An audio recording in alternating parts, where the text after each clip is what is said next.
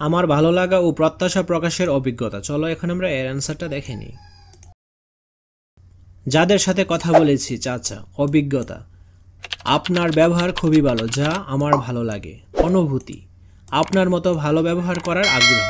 চিন্তা, সকলের সাথে ভালো ব্যবহার করব। শিক্ষক, অভিজ্ঞতা, স্যার আপনি কঠিন বিষয় অনেক সহজভাবে বোঝান, আপনার বোঝানোর কৌশলটা দারুণ। অনুভূতি, অসাধারণ। চিন্তা, আপনার বোঝানোর কৌশল রপ্ত করা।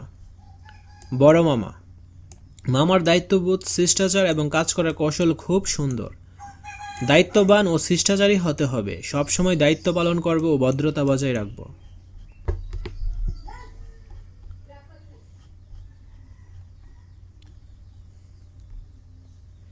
এবার তাহলে আমরা নিচের গল্পগুলো থেকে এই ভিন্নতার প্রভাব বিশ্লেষণের চেষ্টা করি। এখানে 4টি গল্প দেওয়া রয়েছে, আমরা এখন এই 4টি গল্প ভালোভাবে পড়ব। ভালোভাবে পড়ার পর আমরা এই ছকটা ফিল আপ করবো, ঠিক আছে? তো প্রথমে আমরা গল্পগুলো পড়ে নিই। গল্প 1। জামিল তার একমাত্র জ্যামিতি বক্সটি তার বন্ধুকে ধার দিয়েছে, কিন্তু ওর বন্ধু সেই জ্যামিতি বক্সটা 7 দিনে ফেরত দেওয়ার কথা থাকলেও সেটা এখনও দেয়নি। জামিল বন্ধুর কাছে জ্যামিতি বক্সটা চাইতে লজ্জা পাচ্ছে, আবার সেটা নিয়ে কথা বলতে গেলেও তার অস্থির লাগছে। যদি সে রেগে যায়, মনে হয় তার বন্ধু যদি স্বার্থপর ভেবে তার সাথে বন্ধুত্ব না রাখে।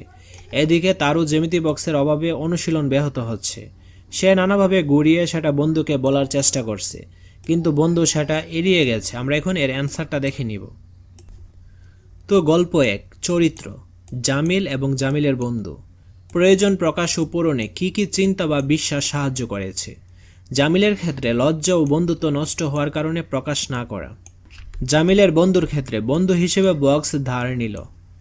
প্রয়োজন প্রকাশ ও পূরণে কী কী চিন্তা বা বিশ্বাস কী কী বাধা তৈরি করেছে? জামিলের ক্ষেত্রে লজ্জা ও অস্থিরতা। এমন পরিস্থিতিতে আমি কি করতাম? স্পষ্টভাবে বলতাম। জামিলের বন্ধুর ক্ষেত্রে সময়মতো বক্স ফিরিয়ে দিতাম। ক্লাসে পঙ্কজ রাহেলার সবচেয়ে প্রিয় বন্ধু। পঙ্কজ ও পাড়ার কয়েকজন মিলে একটি পিকনিক আয়োজন করেছে। রাহেলাকে আমন্ত্রণ জানিয়েছে। এদিকে পিকনিকের পরের দিন রাহেলার গণিত অলিম্পিয়াডের ওয়ার্কশপে যোগদান করার কথা।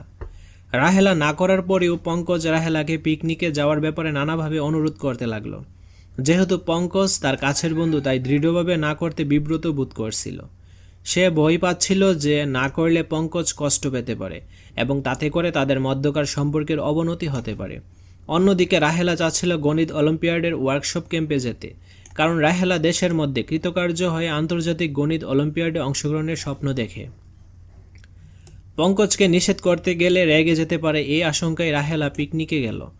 সেদিন পিকনিক থেকে ফিরতে বেশ রাত হলো। স্বভাবতই সে ক্লান্ত ছিল। পরের দিন সকাল 7টা থেকে ক্যাম্প শুরু হলো। রাহেলা ঠিকমতো মনোসংযোগ করতে পারল না। এই পরিস্থিতিতে তার মধ্যে প্রচুর অপরাধবোধ হতে লাগলো।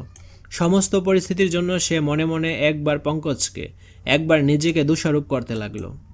তো চলো এখন আমরা এর বিশ্লেষণটা দেখে নিই। গল্প 2-এর ক্ষেত্রে দেখো, চরিত্র হচ্ছে রাহেলা এবং পঙ্কজ।